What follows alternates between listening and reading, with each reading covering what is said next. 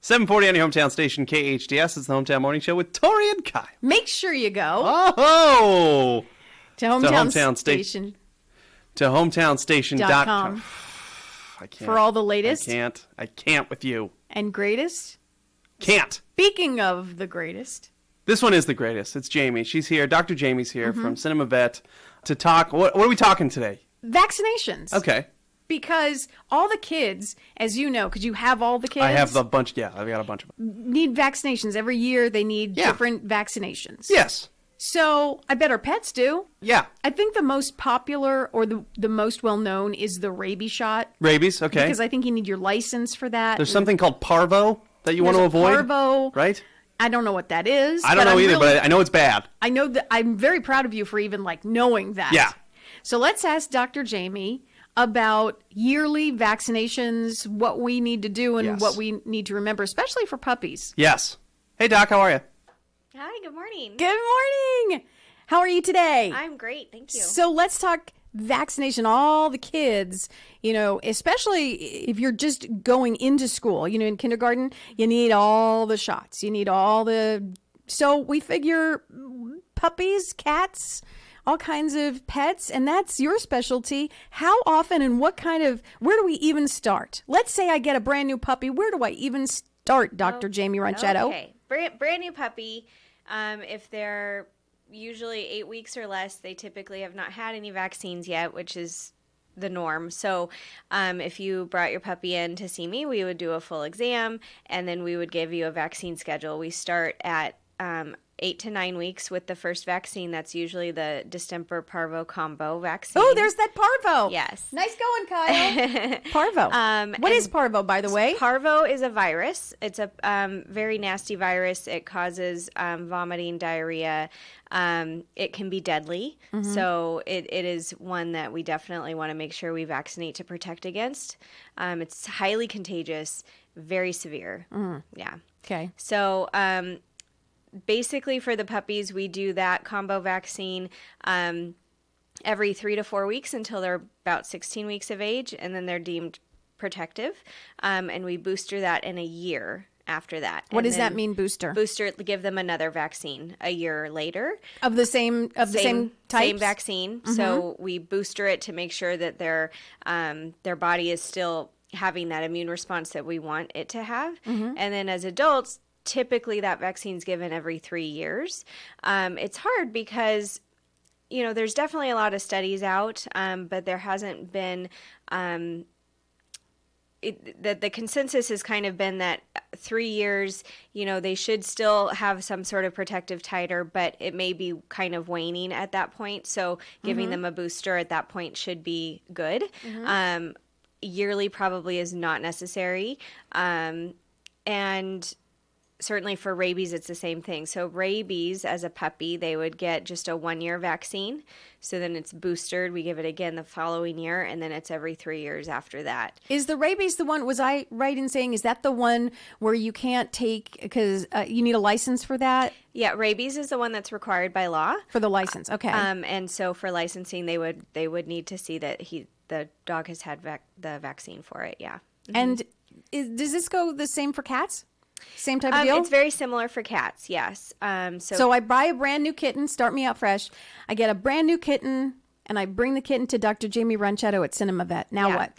So similar vaccine schedule for puppies as kittens. Their combo vaccine is a combination vaccine. It's called FVRCP, which is just basically stands for each thing that we're vaccinating against. It's viruses, upper respiratory infections, panleukopenia, things that are very nasty if kittens were to get it. So we're trying to protect against it. And again, that vaccine is given every 3 to 4 weeks for about 3 boosters or so until they're about 16 weeks of age, and then they're deemed protective. We booster in a year.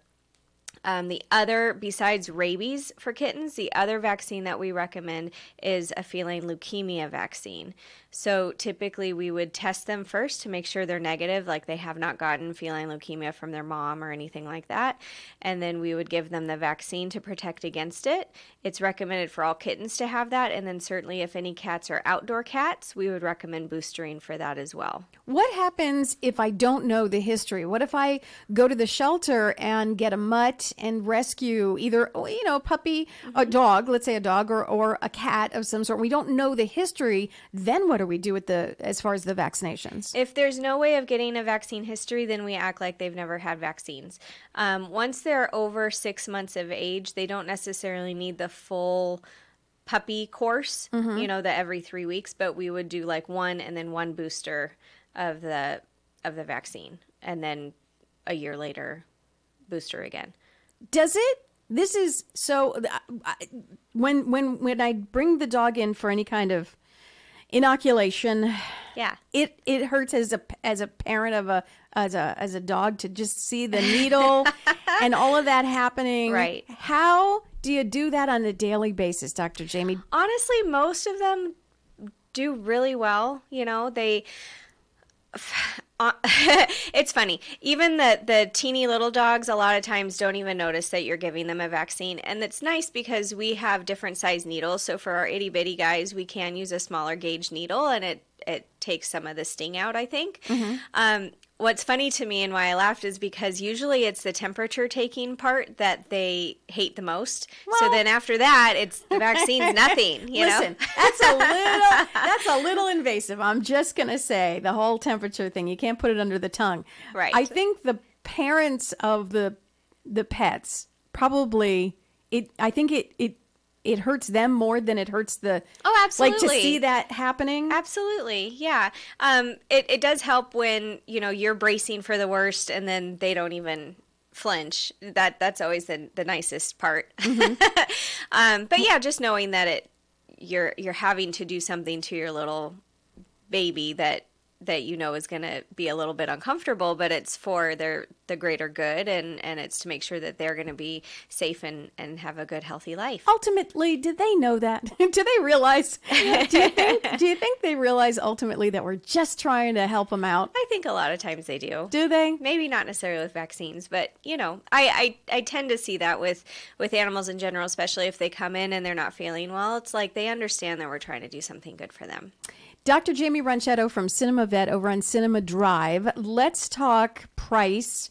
Some of these things can get very pricey, but occasionally you have some specials. We do. So every Saturday is a vaccine clinic Saturday. If you are up to date with your annual exam with us, then you can come in and get discounted vaccines for whatever you may need. And same with on Fridays, we have what's called $5 Fridays. So you can get a $5 vaccine for rabies vaccine for both dogs and cats. I love saving money, and Dr. Yeah. Jaimie can help us do that. Dr. Jaimie Ronchetto, Cinema Drive. If you're looking for a vet, guess what? She is the person to go to. She's fantastic, and she's a lot of fun, too. Thanks for coming in again, talking Thank you. vaccinations. What's the phone number? And it's been cinemavet.com. Cinemavet.com. And the phone number? 661-253-9300. Give her a buzz. If you're driving around and you didn't get the phone number, not a problem. Call me or get to hometownstation.com and we'll get you to Dr. Jaimie. Always a pleasure. See you in a couple weeks. Thank you. The Hometown Morning Show with Tori and